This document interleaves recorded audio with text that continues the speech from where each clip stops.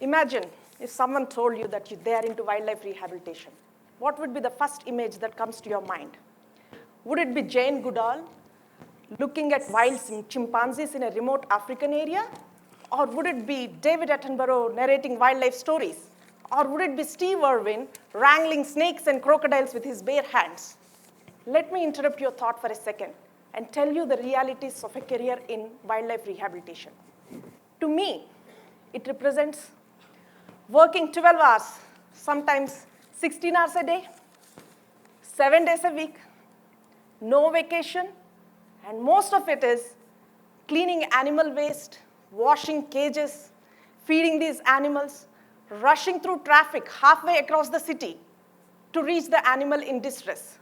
And the tragedy of it all, the animals that you're caring for do not realize that you're actually trying to help them. These are wild creatures, remember? So for your care, they in turn react back to you by pecking, poking, chewing, and biting at you. So that is the reality of wildlife rehabilitation. And in spite of it all, there are many people who choose this profession. But if I ask you, if there is a job description that you come across like this, which entails hard menial work, limited time off, getting face-to-face with animals suffering day in and day out, and for a fraction of salary that you would get at an entry-level corporate job, how many of you would take it? Not many, right? Yet, there are many people who sign up for this profession willingly, including myself. Of course, when you see that bird that you cared for fly away to freedom, or giving a second chance to an animal in distress, it will all be worth it. And the feeling is inexplicable and priceless. Nonetheless, we cannot deny the hard work and monotony involved in this field. Initially, when we started setting up a wildlife rehabilitation center in Bangalore here, we had a really tough time finding the right people and retaining them.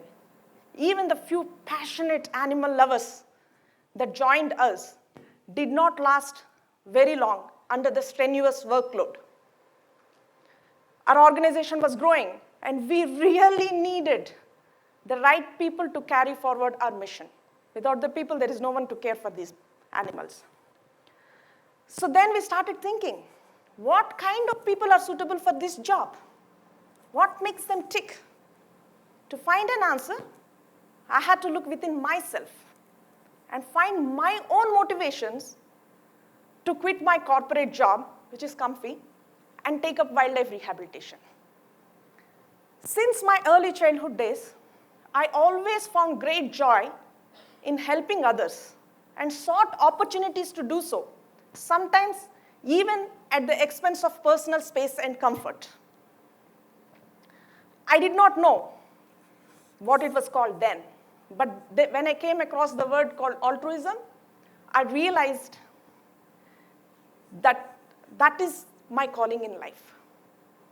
Then we started incorporating this into our hiring process. We started looking for individuals with altruistic tendencies. When we started looking for this, we also had to answer some challenging questions like, is altruism humanly possible? Is it worth fostering something like this? In other words, we had to dig deep to understand altruism and the ethical implications of requiring it and fostering it. We also had to find ways to identify individuals who are motivated by altruism, inspire them, and further hone it during our orientation process. Right now, altruism is such a big part of our organizational DNA and is largely responsible for our success in going above and beyond for the care of our wildlife patients. It certainly improved our employee retention and definitely acts as a motivator for the new hires. But something else happened. Through this process of integrating altruism into our organization, we are able to visualize our larger goal and communicate it to our stakeholders. That is, wildlife rehabilitation is our means of practicing and promoting altruism. And every wild animal that walks through our door helps us reach that goal closer. But what is altruism? Altruism is a behavior or act that is motivated to bring benefit to others regardless of one's own benefit. Simply put, it is an act of caring for others more than you care for others, more than you care for yourself. It is a selfless act aimed at greater good and finding your own well-being in that greater good. There is documented proof of species altruism in evolution process.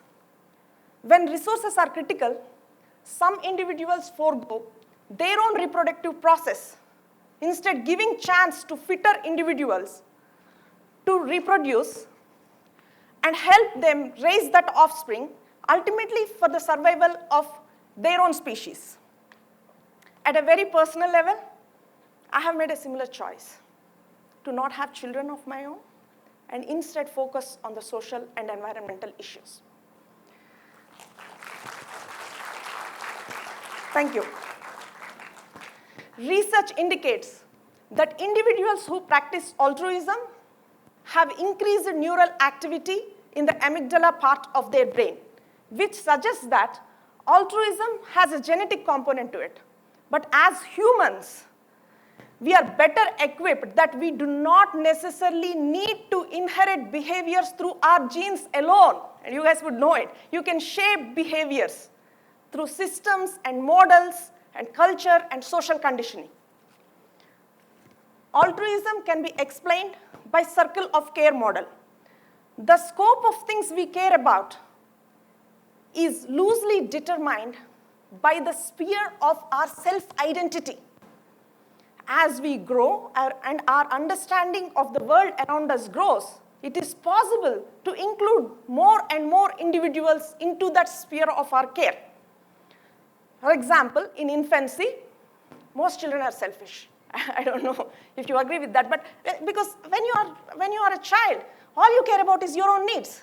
That's all you have to, and it is important for your survival.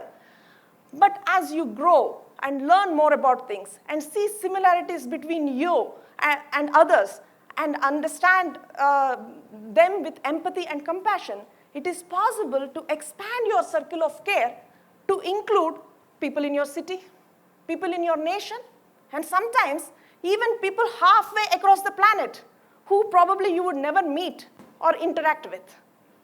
So that way we can say that this circle of care, it is possible to include larger individuals. Clarity in our thought allows us to see how all living beings, humans and animals alike, are united in their effort to thrive and succeed. So in other words, we are all trying to do the same thing. All of us are trying to survive. By extension, it would be possible for us to expand our core values of compassion and empathy to other life forms. As the division between humans and other life forms blur, it is possible to get them more into our circle of care. While talking about altruism, it is also important to state that altruism does not mean self-sacrifice or self-abnegation. Without the practicing individual, there is no altruism. So it is very important for the practitioner to maintain a good balance between self-care and a desire to achieve perfect altruism. The foundational elements of altruism, compassion, empathy, humility, expanding your sense of self to include larger group of individuals, are all the fundamental components that are responsible for success of humans on this planet. But right now, there is a sense of urgency in the Anthropocene era where human influence dominates climate change and environment. While many of us agree that failure of natural systems would inevitably lead to human failure and possibly to our extinction, we as individuals are not very good at incorporating that thought into our day-to-day lives. For our own long-term survival, it is imperative that we realize the interconnectivity that we share with other life forms and include environment, natural systems, and wildlife also into our circle of care. In the context of depleting natural resources and expanding human populations, it is extremely important for society as a whole to recognize altruism as a key trait that to build an all-inclusive and a more sustainable future for mankind on this planet. To recognize this and widely foster it and deploy it to all sections of the society, we need to find a way to integrate into our educational institutions and other cultural systems that shape human behavior. The interventions that we take now will help us secure our future on this planet. But again, let me get back to my own story. How does wildlife rehabilitation foster altruism? Wildlife rehabilitation focuses excessively on an individual animal. Wildlife conservationists question the practicality of wildlife rehabilitation. A biologist or an ecologist may look at wildlife rehabilitation as a wasteful indulgence of critical resources on an individual animal at the expense of larger and more urgent, wider scale problems. They might argue that wildlife rehabilitation dilutes the collective focus that is required to solve the bigger wildlife conservation issues. While there is value in those sentiments, I do believe that wildlife rehabilitation can act as a gateway to wildlife conservation.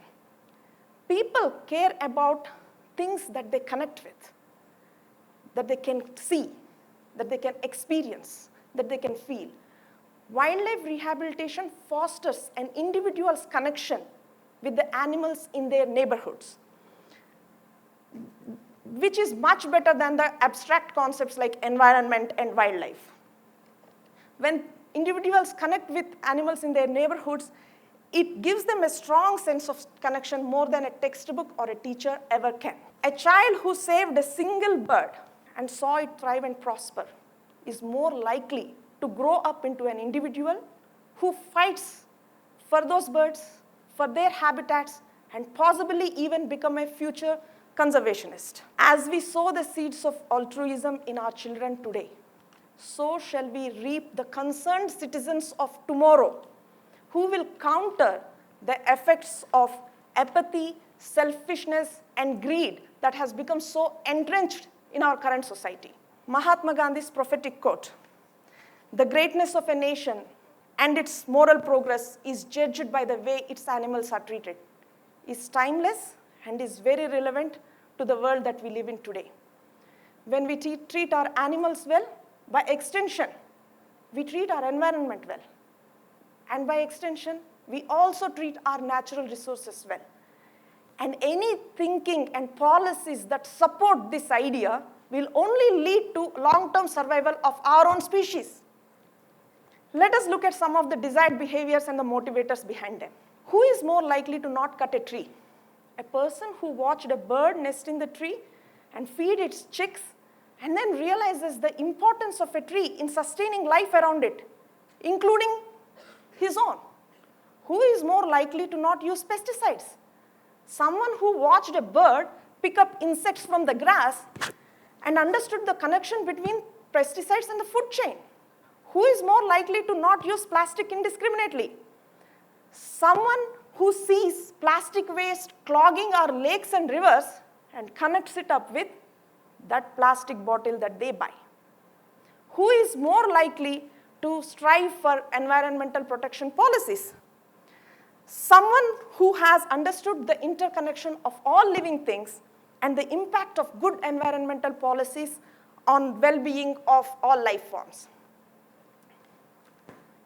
There are no easy answers to questions pertaining to conservation of environment or natural systems.